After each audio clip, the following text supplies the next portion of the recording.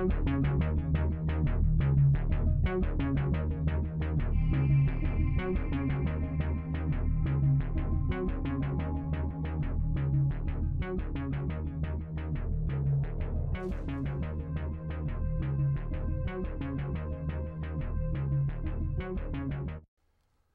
to the program. Your host, Ron Whitlock. Election Day coming up in Texas, March 4th.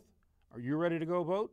We hope you will. We're going to give you information on this program to help you make decisions for either Barack Obama or Hillary Clinton if you're voting in the Democratic primary, because they have been the only two candidates that have come to Greater South Texas and the area known as the first generational Hispanic out of Mexico homeland. That's this region, all the way from Laredo and Nuevo Laredo to Corpus Christi and Brownsville, Matamoros to Monterrey, one time called the Republic of the Rio Grande. And we're going to be giving you information about this region that may help you make your decision based on where the two candidates that have come to the region and asked for the votes, based on commitments they have made on specific issues, and how they've told us they probably will be handling those issues if elected President of the United States and get on the Democratic ballot in particular, how we could expect them to service the needs of the 90% Hispanic area of Greater South Texas if they are elected. In the studio with me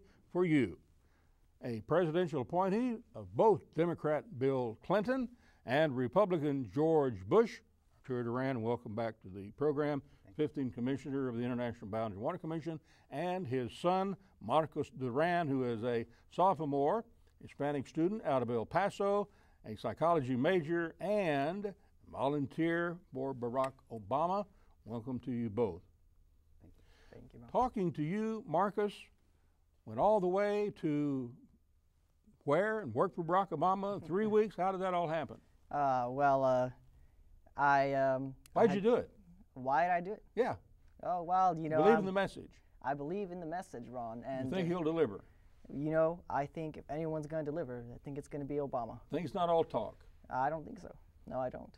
I think what really inspired me to be a part of his campaign and to drive over 2,000 miles round trip with some car trouble and $800 breakdown of your automobile. $800 breakdown. Obama campaign totally didn't broke. offer to pick up any of the tab well, at all. that was understood. That was part of the deal. You knew that going in? I knew I was going to give it my all, and it was going to be my sacrifice, and that was going to be my part.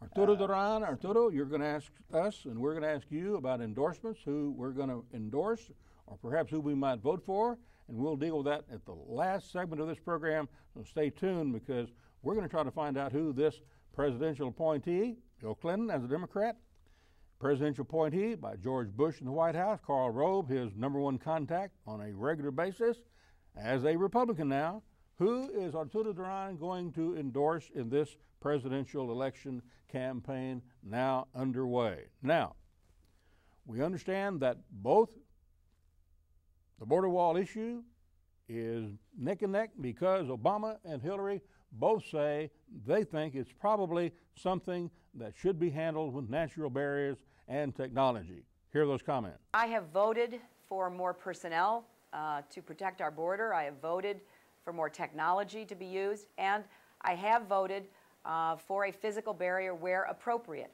Now, my preference was always a sophisticated virtual fence with enough personnel to actually monitor it.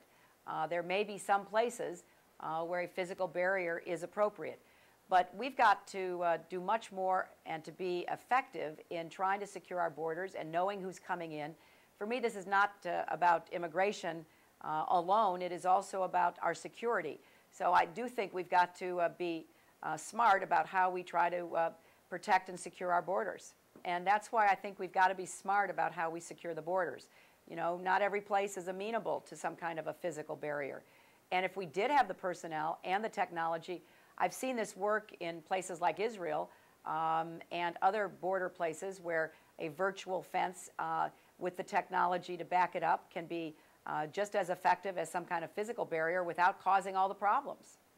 Well, I think it's very important as part of comprehensive immigration reform to have strong border security. And in some cases that means fencing or some sort of barriers, but ultimately we're not going to be able to build a wall across the entire Texas-Mexico border. And it impinges not only on landowners there, but it's not going to be effective. So what we have to do is work with the Mexican government. We've got to improve economic development on their side of the border so that they're creating jobs and economic development that can provide prosperity for their people.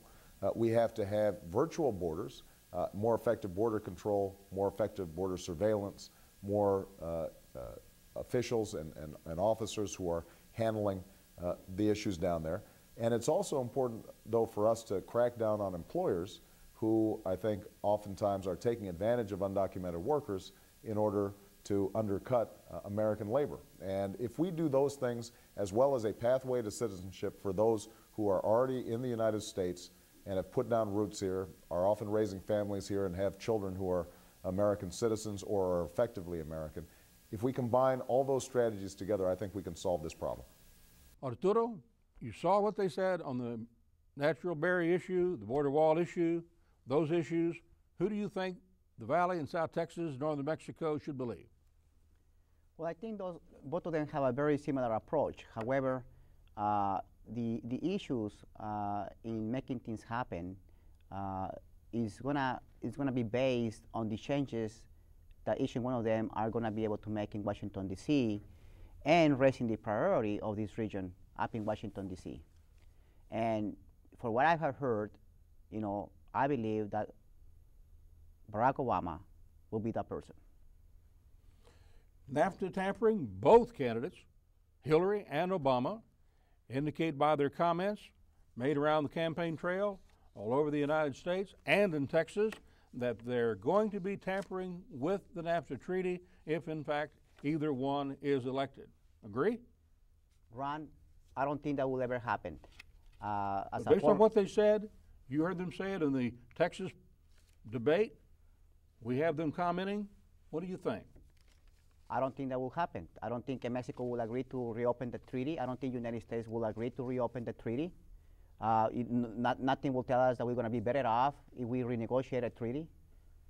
But Hillary said she would get a traffic cop to look into NAFTA violations. What would that do? Well, right now we have no enforcement provisions in the treaty, and what she's looking at is a prosecutor that will come in. I don't think it's in the best interest of the United States to do that. I don't think it's in the best interest of our partners to do that, to agree to do that. And I think the only thing that they can negotiate are enforcement provisions. But talking about prosecution and talking about enforcement of that kind, I don't think it will ever happen. I don't think it will ever be supported. But if Hillary goes into the Oval Office and she wants to create a traffic cop of NAFTA violations, and or she wants to do something to affect the water debt with Mexico, that was the issue you solved for President George Bush when you were his ambassadorial level person in the administration, reporting to Karl Rove. On that basis, if she started tampering with the water treaty or with NAFTA, what would happen? You will basically damage the international relations. And what we're hoping is that the new president will take us to a much higher level of relationship, and that we will make a stronger bond and friendships, and that we can partner, you know. What's together. the danger of breaking or changing a treaty? That it will go negatively for us, that we will not get as better a deal that we got now. Let's say she wanted to change the water treaty, which you're very familiar with because you solved it for President Bush. So she gets involved, she tampers with that treaty. What's Mexico going to say? What Mexico was going to say is that, you know what, you, United States, are only giving us 1.5 million acre-feet of water a year from the Colorado River Basin. We want you to give us 3.5 million millions of acre-feet of water, because the basin can support that much water, and we're not getting our fair share. And in the Rio Grande Basin, we're giving you too much water, and the Rio Grande Basin has been in drought conditions, and we cannot give you that much water. So we want to give you half of the water that we're supposed to give you. That's where Mexico's going to come in. They're going to want more water from the United States, and they're going to try to move towards a less committed agreement for themselves in giving back to the United States. So you were nose to nose with the Mexican commissioner fighting over the water debt. So you know that's what would happen. That's correct. Now, the region of South Texas from Laredo, Nuevo Laredo to Corpus Christi, all the way down to Brownsville, down to Monterey, back up to Tampico and Brownsville, the economy of the region has been affected in a very positive way. Used to have the most unemployment in the nation, 15, 18% figures on the U.S. side. Now that ranges 5 to 5.5, on par with the rest of the nation. What would happen if Barack Obama or Hillary Clinton tampered with NAFTA based on the fact that NAFTA is a treaty under international law, though under U.S. law it is classed as a congressional/executive agreement rather than a treaty, giving a lot of power to the executive of the United States government? Ron, what's likely going to happen is that each of the countries will like to keep what has benefited them and will try to come in with other potential ideas that will come in into barriers of trade and will kind of raise the tariffs and will not look at the actual local economies on the border region and the skilled workforce and the types of jobs that are required. And I think we're going to be losing a tremendous economic impact in the future, and it will be a negative impact that what I can see in the future. Right now, what I believe is to really review what the benefits have been, the positive impacts, and keep those going. And through other mechanisms, I try to address weaknesses or shortcomings of the current NAFTA agreement, which is no agreement will ever be perfect. So what we gotta do, we need to start addressing those weaknesses and shortcomings through other mechanisms and not talk so much about a treaty, because a lot of things can be addressed not through a treaty negotiation. Now, Marcos Duran, even though you have endorsed as a psychology major from El Paso, Hispanic, who has contributed 3 weeks of his life to Barack Obama as a volunteer in New Hampshire, is there anything that caused you a little pause about your candidate, Barack Obama, and your endorsement? I wouldn't say necessarily that there's something that would kind of hold me back from giving him my full support. I have noticed an issue that Obama's going to have to address eventually that is kind of concerning me, and that is the promise that he made with McCain to seek public financing in the general election, which he promised if the Republican candidate had agreed, then both of them would seek public financing. And I personally am disturbed by that because I have contributed several times to his campaign. I have given time and energy, and a lot of us have more than just these kind of investments. We have invested our hopes for the future of America. This generation deserves its chance to give what it can and how it can to the campaign that Obama has built. It is fundamentally about the supporters. It is fundamentally about the people. You have faith in Barack Obama. You have faith in his words, exactly, which and is predominantly I want what to you're continue receiving. to support him in any way that I can. But you're concerned that now he's talking about taking public financing where he had a commitment. Well, yes, I think he has a bigger promise to the people who he has inspired to let us do what we can. Who off the internet to get him in. Who off the internet credit card contributions coming in the multi-million-dollar range. $1 million in a day. Swamping Hillary Clinton's campaign financing. Exactly, and I really think that it's a noble idea that he had to start out with, but I think he owes the people something more than he owes Senator McCain. And that's just my personal Do you opinion. agree? Hardly. Is that a big concern for you also? Not necessarily. I don't see it as a big concern. I think he appears to be a straight shooter. If you watch the debate in Texas and across the nation, all of them he has done, you really get the feeling that he is shooting straight, as John McCain seems to shoot straight. But I don't think this public financing is a concern of mine.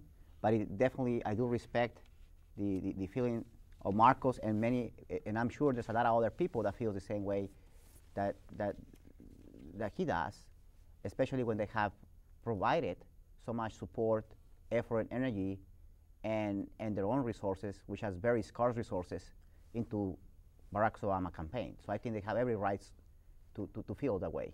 Now, Arturo Duran presidential appointee by Bill Clinton in charge of the empowerment zone, brought $40 million to the Rio Grande Valley. You're a presidential appointee, ambassadorial level, to President George Bush, former governor.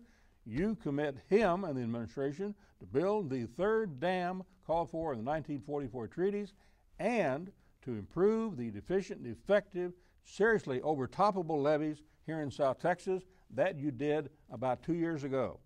Now, on the basis of the third dam getting completed, the levees completed, providing infrastructure to this, the Republic of the Rio Grande Hemispheric Economic Security Zone. Now take your ruler and show us exactly where the dam would be, where the lake would be, the improved water condition to eliminate need for building a barrier or a wall in that region, and going all the way down to where the flood control situation exists, as you've explained to all the television stations here some years ago, and how this economy is so important to the entire hemisphere. Ron, what we have right now as the current infrastructure, we have two dams. Okay, we have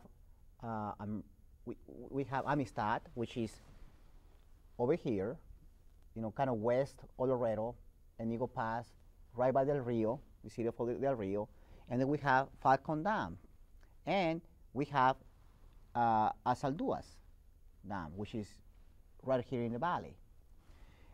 We need to increase capacity, for storage, and the treaty with you're pointing that out to me, because I was not aware of when I just became commissioner, and I remember when you pointed that to me, that the treaty did anticipate it to have a third dam. And the dam that was anticipated— for flood protection and water resource. Correct. Is right in the area of Laredo area, in between Eagle Pass and Laredo area. I know there has been a concerted effort by the Brownsville community to build a Brownsville weir. Would you support it as 15th commissioner? Correct, absolutely. I think I will support any type of infrastructure on the river that will increase water capacity for future consumptions, so to sustain our region. So point out where the lake would be, and it would take longer for an illegal alien or a smuggler to swim a lake than it would to climb a wall. It would be north of Laredo. It will be north of Laredo, between Eagle Pass and Laredo. And that also would be a recreational economic resource, tourism, etc., for the city of Laredo, and flood protection for the city of Laredo. As we've seen, Del Rio, Eagle Pass, and other border towns above Laredo being devastated. This could be a protection device for the city of Laredo and everything, and all the maquilas, both sides, from Laredo all the way to Brownsville. I agree, Ron. I think when we start planning for infrastructure development and water conservation infrastructure, we need to look at other uses and be integrated all the way down. Do you think Barack Obama or Hillary Clinton would pick up that ball, create those 15,000 jobs, when the country is now going into a recession? I think Barack Obama recognizes the need to boost, economic development for this region, and I think he will implement any strategy that will bring any, that change in the, positive change in the economy of this region. U.S. visit, needing a passport, needing a driver's license, needing a birth certificate, all of those things, strangling the economy along the border, that being done by the Bush administration and Michael Chertoff. Who would be the best one to vote for, in your opinion, in the Democratic primary to solve that problem, create a strong economy in this region of the Republic of the Rio Grande? My answer is Barack Obama, no doubt. I think he recognizes that working with partnership with Mexico on both sides of the border will be the only solution. And I believe that somewhere in the middle, he will, implement strategies that will create an economic zone for the border region. And that at the same time that we're maintaining border security is not contrary to economic and trade, positive results for our region. They're not uncomparable goals. They are very, complementary goals with each other. What's lacking is the right strategy on how to do it. And I think Barack Obama is the person that can sell this back in Washington, D.C. and receive the support that he needs to be able to bring this priority, this region as a priority, and bring the change forward that we need in this region. Ron. We told you, our Arturo Duran would tell us exactly who's going to be the best vote for NAFTA, do the least tampering with NAFTA for this region of South Texas and northern Mexico. Your recommendation is? Ron, Hillary Clinton's approach is prosecution, which will have a negative impact in our international relations with Mexico. I think that's not in our best interest. Barack Obama's approach is to strengthen our economy and to try to increase access to jobs and employment in our region. And I think those local strategies that will be very organic to the local communities and the engagement of the local communities in the making such decisions and the consultation process that he will engage with will tell me that he is a better person when it comes to NAFTA and jobs. Arturo Duran, thank you for appearing on our program. March 4th, Texas presidential primary. Please go to the polls and vote. We appreciate the appearance of your son, Marcos. Till next time, adios.